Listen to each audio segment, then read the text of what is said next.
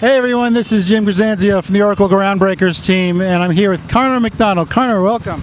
Thank you very much, Jim. It's really good to be here.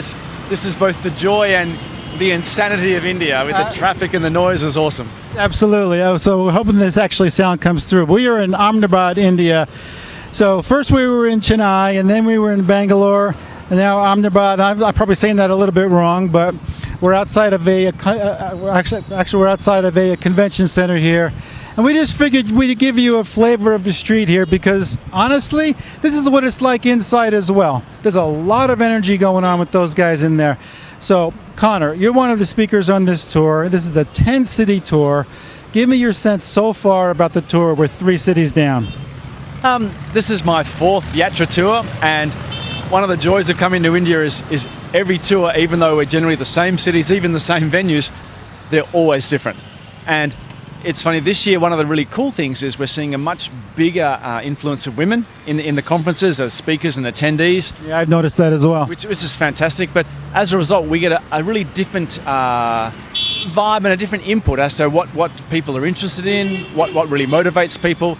But one of the great things of talking in India is it's not a passive audience. We don't get the audiences that we often get where I come from in Australia and sometimes in Europe. You might get one hand up at the end saying, oh, I have one question. Here, the moment you finish talking, you are swamped. And people have, this is my scenario, this is my problem, or this is how that's really going to help me. And so there's a real buzz, and it's good because it reduces the gap between speaker and attendee. It makes us feel that we're all in this together, we're all just trying to succeed. And the questions go into detail. They go into detail. Some of these students are PhD students in there, and so they want details, So, okay, so give us also a sense of what you're actually talking about here, because you're doing a couple of talks, right? I've got a number of talks. Some are focused mainly at DBA, some at developers. Probably the talk I'm getting the best feedback on is I'm doing a talk on just hints and tips. And it's a bit of a weird concept. It's not a particular focused area, but the thing that motivated me to talk about it was I look after the Ask Tom website, and we had a question come in which I answered. And when they said, oh, how did you know the answers to that? I said, well, it's just a lot of experience, a lot of working in Oracle tech. I remember this story. Yeah, and they got really nasty. They said, well, that's a useless response, and they called me some terrible names, which I won't repeat on camera. But I realized that there's perhaps a degree of truth in that the world has come to this stage now, sometimes in the IT world, where people ask what might be deemed an innocent or a silly question, and the community unloads on them. Right. And I thought, that's not right. A community is about fostering especially new talent. So the hints and tips was my attempt to say, well, here's a list of things that I found really cool over, I hate to say it, nearly 30 years of Oracle IT, but why should other people have to reinvent those solutions? Why shouldn't I give them to them for free? It's I suppose my the presenter's version of open source. Is like, give them some hints and tips because they'll take them, they'll hopefully benefit, but also they'll find new and exciting ways to work with those tips, and they'll feed that back to me, and we all grow. Interesting. Okay, so I want to talk a little bit about you now, okay, because you mentioned this is your 4th Yatra tour. That's insane. The schedule for this tour is utterly insane. So you've done it for 4 years running, so this is just my first. But you've obviously been to India a lot. Secondly, you travel a lot in general for your job. You're engaging developers around the world. Give me a sense of what it's like to engage so many different types of people first, and then we'll get into some more questions after that.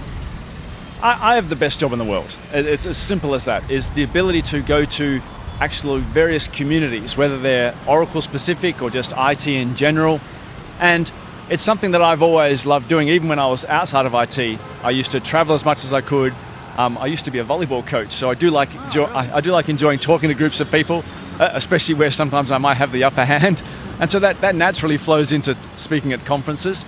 But one of the joys of being able to travel is developers have common goals, but totally different ways of achieving those goals. And sometimes developers are totally hamstrung in the organizations they're in. In other places around the world, they have total freedom, and they're the people that own the power in organizations. So how do you adapt to all these changes? Well, I think the thing that really matters whenever you're trying to inform and help people succeed is it's simple as honesty. One of the reasons I love reaching out to developers, or even just reaching out to customers in general, is it's so important to be honest with where our technology is, point out all the great things that I think about the Oracle database, otherwise I wouldn't be involved with Oracle for so long, but also point out the things where we haven't got things right maybe, or there is room for improvement, or we screwed up.